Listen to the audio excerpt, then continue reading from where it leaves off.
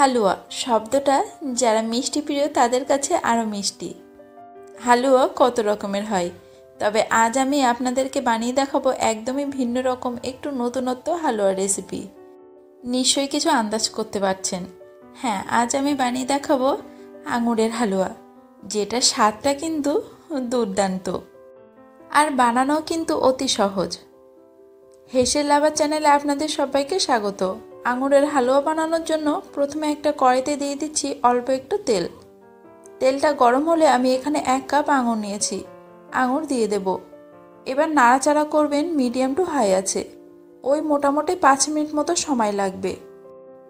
এখানে আঙুরগুলো চেষ্টা করবেন মিষ্টি নেওয়ার, অন্তত টক না হলেই ভালো হয়। নাড়াচাড়া করতে করতে যখন দেখবেন এরকম সাদা হয়ে এসেছে, তখন খুব ভালোভাবে তেল ঝেড়ে এটাকে তুলে নেবেন। যে তেলটা থাকবে এটা আপনারা যে কোনো ভাজার কাজেই ব্যবহার করতে পারেন। এদিকে আমি 8-10টা কাজু আর 8-10টা আলমন্ড ভিজিয়ে রেখেছিলাম, মোটামুটি 2 ঘন্টা মতো। এটা ব্লেন্ডারে কাজু আর আলমন্ড দিয়ে দেবো। আলমন্ডের খোসাগুলোকে ছাড়িয়ে দেবেন। সবগুলো একইভাবে খোসা ছাড়িয়ে একটু ব্লেন্ড করে নিতে হবে। বাদামগুলোকে ব্লেন্ড করার পর ভাজা আঙুরটাকেও একই ব্লেন্ডারে দিয়ে দিলাম।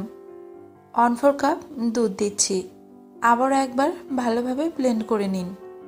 এবার দিচ্ছি 1/4 কাপ চিনি, আবারও একবার ব্লেন্ড করে এরকম একটা সুন্দর স্মুথ পেস্ট তৈরি করুন। এবার এদিকে একটা কড়াইতে দিয়ে দিচ্ছি 1 চা চামচ ঘি। আপনারা চাইলে ঘিয়ের পরিমাণ আরও একটু বেশি ব্যবহার করতে পারেন। ঘিটা একটু গরম হলে এদিকে আমি 1/2 কাপ সুজি নিয়েছি। সুজিটাকে দিয়ে নাড়াচাড়া করবেন একটানা, মিডিয়াম টু লো আছে। যতক্ষণ না হালকা ব্রাউন হয় ততক্ষণ এটাকে ভেজে নিন। খুব বেশি ডিপ ব্রাউন করার প্রয়োজন নেই। সুজিটা ভাজা হয়ে গেলে এবার এর মধ্যে আমি দুধ দেব। এখানে আমি 1/2 কাপ সুজির জন্য 2 কাপ দুধ ব্যবহার করেছি। দুধটা কিন্তু রুম টেম্পারেচারে থাকা ঠান্ডা দুধই নেবেন। এখানে কিন্তু গরম দুধ দিলে সুজিগুলো দলা পাকিয়ে যেতে পারে। এবার দুধের সাথে সুজিটাকে খুব ভালোভাবে মিশিয়ে নিন। মিডিয়াম আঁচে এটাকে রান্না করতে থাকুন। এভাবে একটানা নাড়াচাড়া করবেন। তারপর যখন দেখবেন সুজিটা ভালোভাবে সিদ্ধ হয়ে এসেছে এবং ঘন হয়ে গিয়েছে, তখন এর মধ্যে বাদাম আর আঙুরের মিশ্রণটাকেও দিয়ে দিলাম। তারপর আবারও কিছুক্ষণ এভাবে নাড়তে থাকুন। যখন দেখবেন ভালোভাবে সুজিটা সিদ্ধ হয়ে গিয়েছে, তখন এর মধ্যে 1/4 চা চামচ নুন আর 1/4 কাপ চিনি যোগ করলাম। এছাড়াও চিনিটা আপনাদের পছন্দ মতো একটু বাড়িয়ে কমিয়ে নিতে পারেন।